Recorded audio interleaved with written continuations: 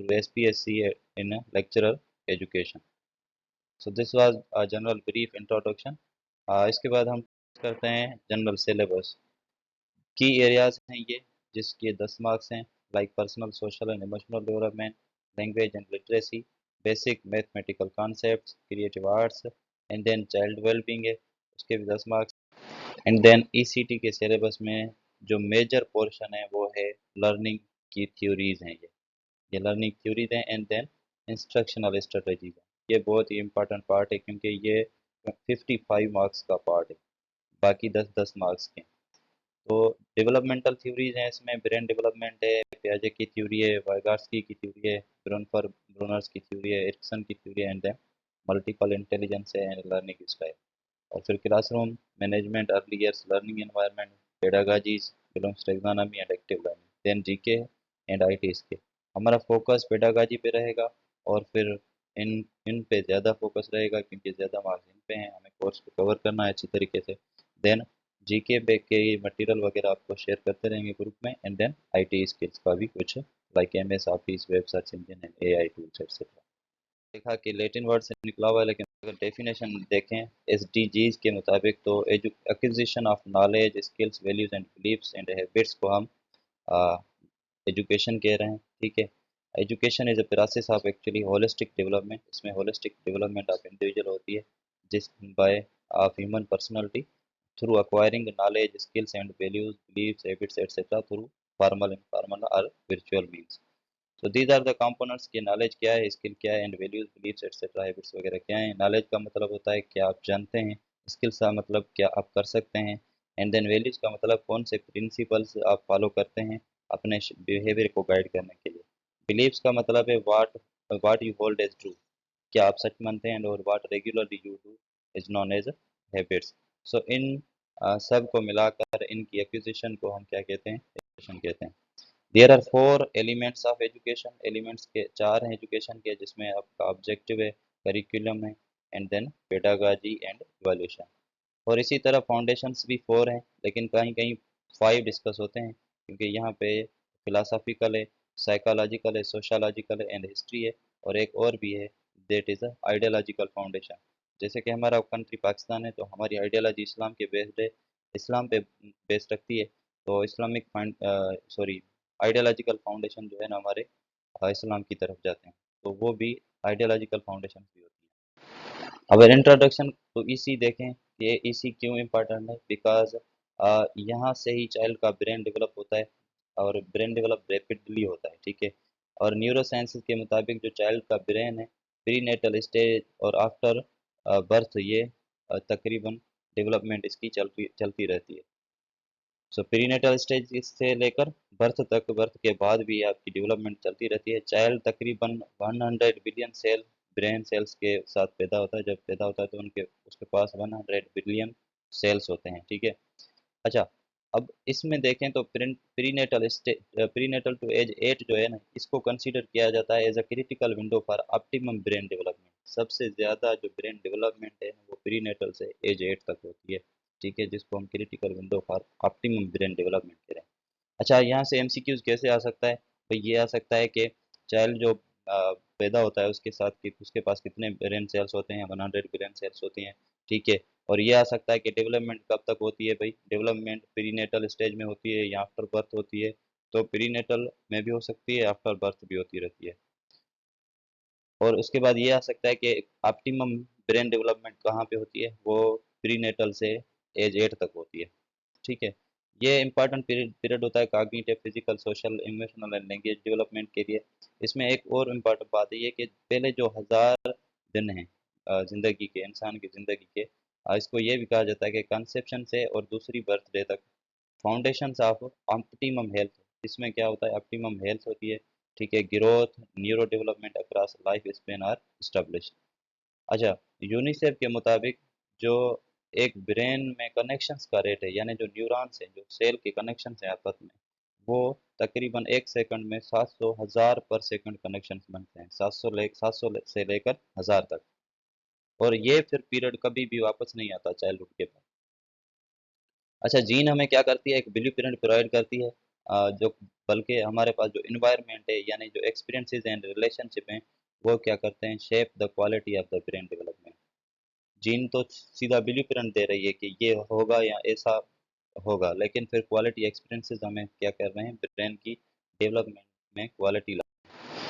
So at birth अगर growth को देखें तो एट बर्थ जो वजन होता है बच्चे का, वो होता है 7.5 पाउंड्स होता है। Infants double their weight by the time they are 5 month. ये जब बड़े हो जाते हैं 5 मंथ्स के तो इनका जो वेट होता है डबल हो जाता है। अब नर्वस सिस्टम क्या है, नर्वस सिस्टम एक्चुअली एक ब्रेन एंड स्पाइनल कार्ड का अ, आपस में काम करना जुड़ना, इसको हम नर्वस सिस्टम कहते हैं, ठीक है। अच्छा, नर्वस सिस्टम क्या कहता है, give rise to our thoughts emotions and behaviour. और ये एक most complicated part of the body होता है नर्वस सिस्टम, जिसमें क्या होते हैं, बहुत सारे न्यूरॉन्स सेल्स होते हैं जो कि आपस में कनेक्शन करके रहते हैं और पैगाम लेकर आते हैं, मैसेजेस लेकर आते हैं, मैसेज लेकर जाते हैं। कहाँ से लेकर आते हैं, बॉडी से लेकर आते हैं माइंड तक, ब्रेन तक, एंड देन ब्रेन से लेकर जाते हैं बॉडी तक। सो न्यूरॉन एक टाइप ऑफ सेल्स होता है जो करते हैं प्रोसेस इंफॉर्मेशन, इंफॉर्मेशन को प्रोसेस करते हैं और कम्युनिकेशन को अलाउ करते हैं in communication in nervous system में। कुछ स्ट्रक्चर्स हैं मेजर ब्रेन में, जैसे साइनाप्टोजेनेसिस। साइनाप्टोजेनेसिस क्या है, जब एक न्यूरॉन मैच्योर होके दूसरी न्यूरॉन के साथ कनेक्शन बनाती है तो उस जगह को हम, उस कनेक्शन को हम साइनाप्टोजेनेसिस कहते हैं। और माइलिनेशन क्या है, myelination form of neuron maturation है इन विच जो है फैटी इंसुलेशन गिरोज अराउंड द एक्सान। एक्सान्स के चौधारी जब वो एक फैटी इंसुलेशन बन जाए तो उसको हम माइलिनेशन बोलते हैं। अपोप्टोसिस क्या है, अपोप्टोसिस क्या है कि अपोप्टोसिस प्रोग्राम्ड सेल डेथ है, ठीक है, जिसमें सेल की डेथ होती है।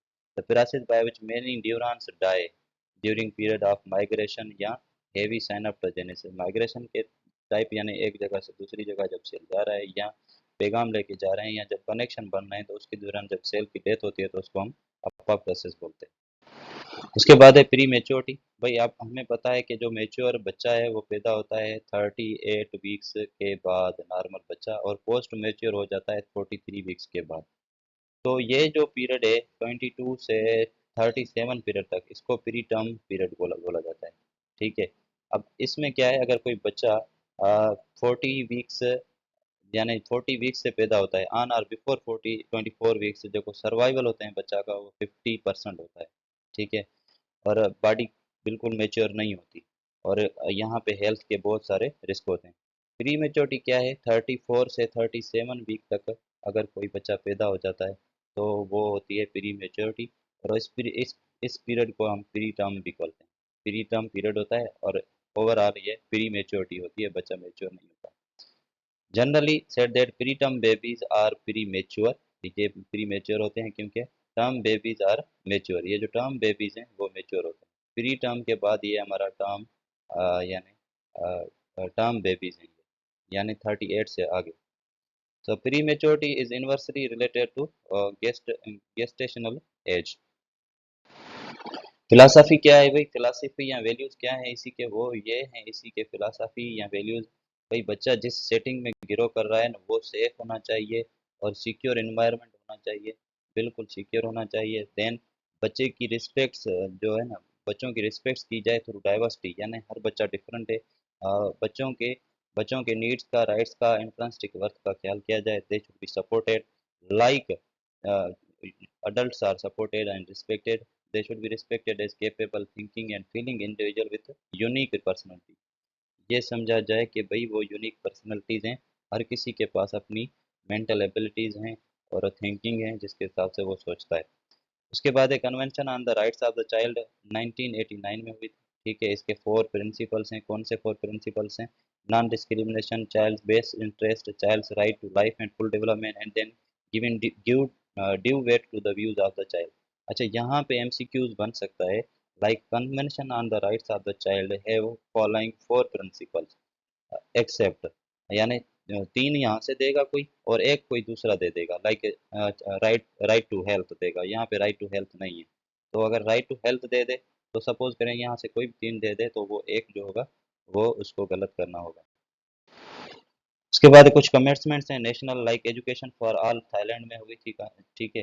एजुकेशन फॉर ऑल डिक्लेरेशन, ठीक है, जो जिसने विराट किया इसी into main policy of more than one country. Then commitment to achieve EFA goals at E nine form, E9 form क्या है? एक्चुअली E9 में 9 कंट्रीज हैं जो कि एजुकेशन के फोकस कर रहे हैं, और ई फॉर एजुकेशन है। 9 कंट्रीज कौन से हैं? लाइक ये है Bangladesh, Brazil, China, Egypt and to Pakistan. सही है। सो उसके बाद है सस्टेनेबल डेवलपमेंटल गोल्स, SDG 4। इसका विजन एजुकेशन विजन 2030 है। ये साउथ कोरिया में 2015 में हेल्ड हुई थी। सो दिस इनका भी फोकस ऑन एजुकेशन है, और इसका SDG 4 फोकस कर रहा है इस पे, सस्टेनेबल डेवलपमेंटल गोल पर। समरी ऑफ SDG 4 देखें तो हमारा फोकस है इसी पे है, तो हम इसी के पोर्शन को ही टच करेंगे। इसके वैसे 10 पार्ट्स हैं, लेकिन इसमें देखें तो जो 4.2 है SDG 4 का, 4.2 जो पार्ट है वो ensure all that girls and boys have access to equality early childhood development care and primary education. ये आ सकता है भाई SDG 4 का कौन सा पोर्शन, यानी प्राइमरी एजुकेशन को और प्री प्राइमरी डेवलपमेंट को और केयर को फोकस कर रहा है, तो 4.2। उसके बाद है ये देखें 2030 में देखें तो gender disparities in education and ensure all equal access to all levels of education vocational training for the vulnerable including person with disabilities, indigenous people and children in vulnerable situation. तो 4.5 भी किसी हद तक यानी वल्नरेबल सिचुएशन में children को focus कर रहा है। देन 4.8 है। 4.8 क्या कह रहा है? Build and upgrade education facilities that are child disability and gender sensitive and provide safe. बच्चों के लिए कह रहा है कि सेफ और सेफ इन्वायरमेंट होना चाहिए, नॉन वोलेंट होना चाहिए, इंक्लूसिव, जहाँ पे इफेक्टिव लर्निंग इन्वायरमेंट हो सबके लिए। उसके बाद है व्हाट इज चाइल्ड डेवलपमेंट। अब जो हमारा फोकस है चाइल्ड डेवलपमेंट पे है कि चाइल्ड डेवलपमेंट एक्चुअली है क्या। भाई चाइल्ड डेवलपमेंट जो है ना वो बायोलॉजिकल भी होती है, साइकोलॉजिकल भी होती है एंड इमोशनल भी होती है। वो एक चेंजेस होती हैं, बायोलॉजिकल हो, इमोशनल हो, साइकोलॉजिकल हो, जो कि अकर करती हैं ह्यूमन बीइंग में between the birth and the end of adolescence. ये बर्थ से लेकर अडोलिसेंस के ख़त्म होने तक ये होती रहती हैं। As the individual progresses from dependency to increasing autonomy, it is continuous process। ठीक है, ये एक continuous process है जो कुछ चलता रहता है। And then child development is typically defined as a normal progression by which children change as they grow older by acquiring and refining knowledge, behavior and skill। ये कंटिन्यू होती है, ठीक है। और चिल्ड्रेन ग्रो करते हैं, डेवलप करते हैं by acquiring knowledge and refining knowledge, behavior and skills। Child development का अगर फोकस देखें तो मोटर फिजिकल स्किल्स हैं, देन कॉग्निटिव है, then emotional and self development है, देन कम्युनिकेशन डेवलपमेंट है, एंड देन पर्सनल डेवलपमेंट है, जिसको सेल्फ एंड अडॉप्टिव डेवलपमेंट भी कहा जाता है। अच्छा, 3 प्रिंसिपल्स हैं चाइल्ड डेवलपमेंट के जो फोकस किए जाते हैं। पहला ये है कि जो डेवलपमेंट का रेट है वो डिफर होता है। हर चिल्ड्रेन का डेवलपमेंट रेट डिफर होता है। आपकी डेवलपमेंट डिफरेंट तरीके से हो सकती है कि, और दूसरे किसी कैंडिडेट की भी आपसे डिफरेंट हो सकती है। सो डेवलपमेंट जो है ना रिलेटिवली आर्डरली प्रोसेस है, एक आर्डर में होती है, ठीक है, रिलेटिवली आर्डर है। और और ये बहुत ही स्लो होती है, ग्रेजुअली होती है, आस्ते आस्ते होती है। ग्रोथ जो है ना फास्ट होती है, लेकिन डेवलपमेंट जो है ना ग्रेजुअली होती है। उसके बाद ग्रोथ देखें तो ग्रोथ जो है ना असल में चाइल्ड ग्रोथ किस चीज़ को रेफर कर रही है? Actually physical changes of the child, actual size such as height, weight and hair, circumferences and body shape. Actual size में लाइक हेट हाइट में, वेट में और बॉडी शेप में चेंजेस आए तो उसको हम ग्रोथ बोलते हैं। ठीक है, डिफरेंस क्या है भाई? ये जो है साइज, वेट और हाइट को रिफर कर रही है, लेकिन development refer improvement in the function of the body process. Body process में जो इम्प्रूवमेंट्स आ रही हैं फंक्शनिंग में, उसको हम डेवलपमेंट कह रही है। ये इजीली मेजर कर सकते हैं, ऑब्जर्व कर सकते हैं थ्रू सेंसेस। ये can not be easily measure. ठीक है, it is limited, starts with birth to reach the maximum at maturity. जब मेच्योरिटी हो जाती है तो ये फिर ग्रोथ रुक जाती है।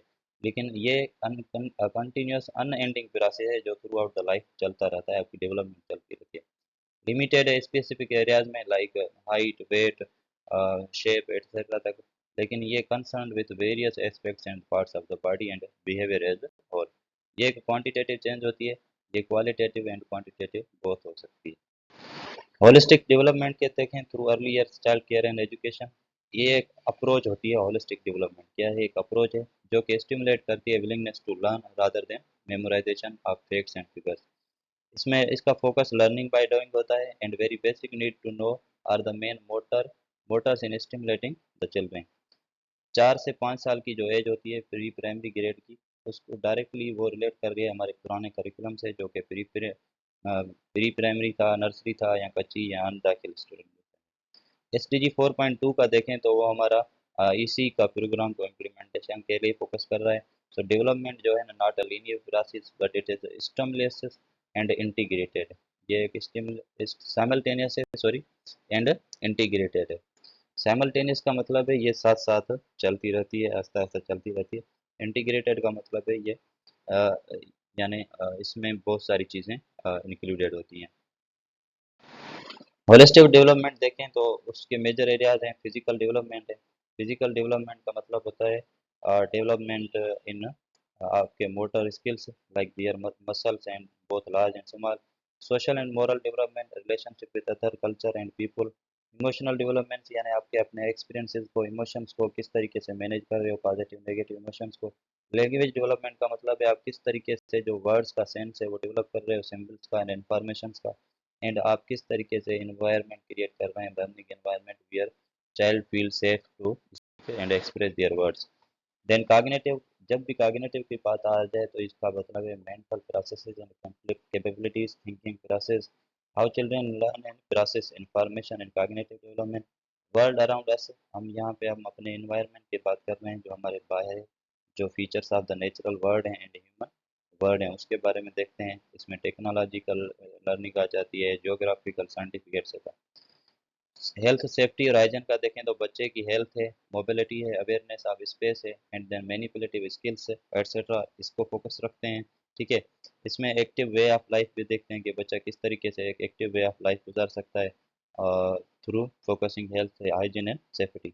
सेफ्टी क्रिएटिव आर्ट्स में क्या है, it focuses on the development of children imagination, बच्चों की इमेजिनेशन पे फोकस करता है। अच्छा, आर्ट्स का मतलब ही इमेजिनेशन होता है, आर्ट्स फोकस ही इमेजिनेशन पे करता है। और आर्ट क्या है, एक एबिलिटी टू कम्युनिकेट है, इसके थ्रू हम कम्युनिकेट करते हैं। और दूसरा क्या करते हैं, एक्सप्रेस करते हैं अपने ideas, feelings and experiences in creative way. एक क्रिएटिव तरीके से अपने feelings, ideas, emotions and experiences को क्या करते हैं, कम्युनिकेट करते हैं। एम ऑफ एजुकेशन ये जनरल है, आप खुद देख लेना। एम ऑफ एजुकेशन जो है वो seeker for the truth and knowledge है। ठीक है। एंड देन उसके बाद है भाई capable of effectively participating in highly competitive global knowledge and so on. ये जनरल है, आप खुद देख लेना और नोट्स कर लेना। Social and emotional development, social and emotional development को देखें तो includes child's experiences and expression and management of emotions. Emotions की मैनेजमेंट है, पॉजिटिव और नेगेटिव इमोशंस की। अच्छा, कंपोनेंट्स क्या हैं सोशल एंड इमोशनल डेवलपमेंट के? तीन कंपोनेंट्स हैं। इमोशनल अवेयरनेस होनी चाहिए, सोशल इंटरेक्शन होना चाहिए, एंड देन सेल्फ रेगुलेशन होना चाहिए। Social and emotional development of infants कैसे होती है? सबसे पहले देखें तो infants social and emotional includes emerging awareness of self and other में, अपनी इमर्जिंग अवेयरनेस और दूसरों की भी। 9 से 12 months of age infants infants क्या करते हैं, डेवलप करते हैं personality and demonstrate emotions like ये देखें, like sadness, eager, heart, comfort etcetera, ये डेवलप करना शुरू करते हैं। ठीक है। उसके बाद है social and emotional developments of infants के एग्जांपल्स हैं कुछ, लाइक ये वॉइस को रिकॉग्नाइज करते हैं, फेसेस को रिकॉग्नाइज करते हैं, रिएक्ट करते हैं, फियर करते हैं, एंजॉय करते हैं। टोडलर्स एंड प्री स्कूलर्स का देखें तो ये 12 to 18 months of student, sorry, बच्चे होते हैं जो बेसिक कम्युनिकेशन स्टार्ट करते हैं, या फैमिली मेम्बर के साथ इंटरेक्ट करना शुरू करते हैं और रिपीट करते हैं साउंड्स और actions to get. 2 to 3 years को देखें तो इनके पास थोड़ा सा टेम्पर होता है। टेम्पर टेंट्रम्स मतलब थोड़ा गुस्सा होता है और जज्बाती होते हैं। ये थोड़ा रिलेशनशिप को एक्सटेंड करना शुरू करते हैं, दूसरों के साथ अंडरस्टैंड इमोशंस करते हैं। ठीक है। दूसरों के इमोशंस को समझना शुरू करते हैं।